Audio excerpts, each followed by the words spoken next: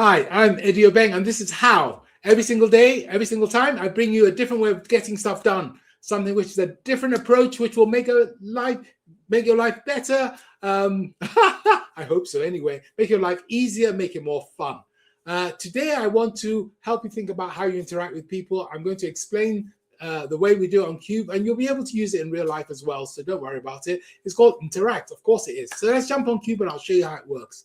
So when we're teaching people how to run workshops on Cube, we use this particular slideshow.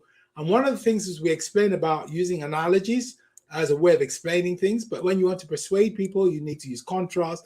And if you want to demonstrate stuff, you, excuse me, you have to co-create. So we explain this.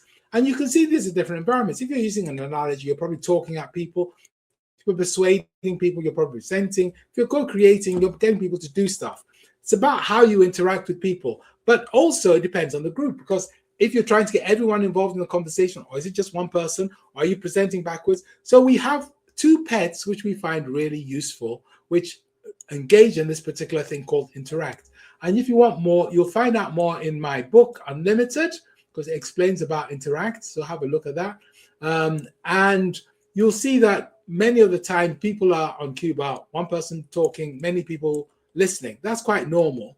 But there are other formats, and we have to understand what they do and how they work. So what we do often is we'll have a quick interact, which allows people to plan what they're going to go and do.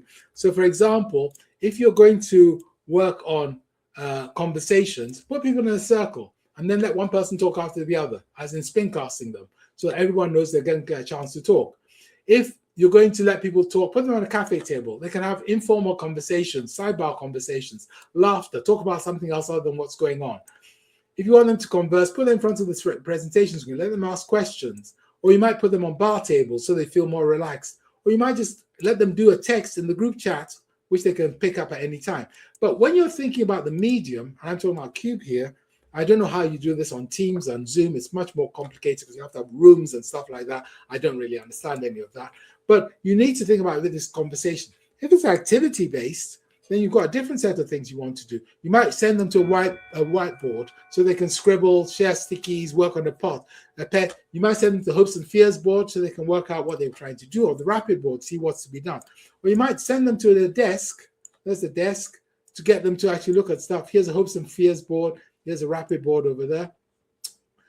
So those are different places you might send people in order to do things. You might launch a poll or a quiz, or you might send them to their tables where they can scribble on their slates.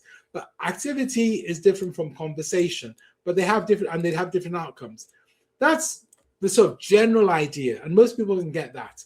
If you're a bit more sophisticated, then what you want to do is you want to understand how you use different situations. You see, sometimes you're dealing with just a one-to-one conversation, one person to another person. That's conversation. That's straightforward. We just talked about that.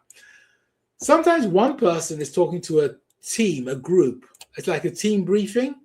We tend to work in groups of 5. I call them quints. I've learned through experience that a group of 5 is a good working team size for either getting stuff done or learning, because everyone has enough time, enough people to always have a little forum to be able to get stuff done with momentum. It's an odd number, so if it comes to a vote, you're going to come to a conclusion, and so on and so forth.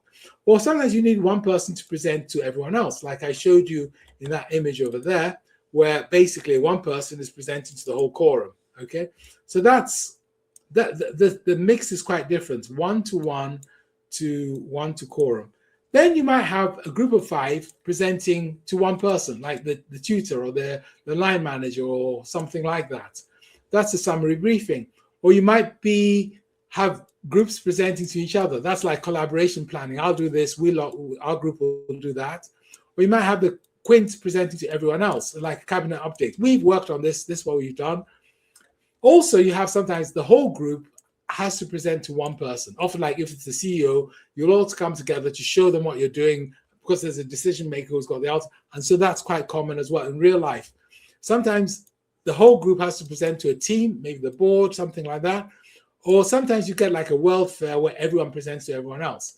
So you have to think about the different ways in which people interact. And in real life, we do all of these. And one of the reasons that we're sort of I'll put the words dying by living on Zoom and Teams and stuff, is because all we can ever do is a little bit of the conversation, and it's a weird conversation, which is like it's a sort of a world fair. Everyone talks to everyone else, except they don't, because one person hijacks it, you know. And that's why people are struggling, because in real life we have so much more richness. So details, if you ever need to do this, we walk you through how you're going to do it and where's the best place to do it for every single activity which you have, so that you can think about, well, I'm going to run this pet, where should I do it?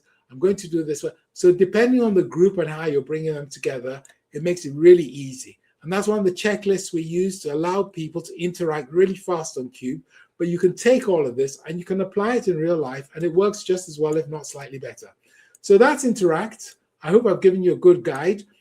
Have a look at the quick guide as well. Subscribe, and I'll see you again.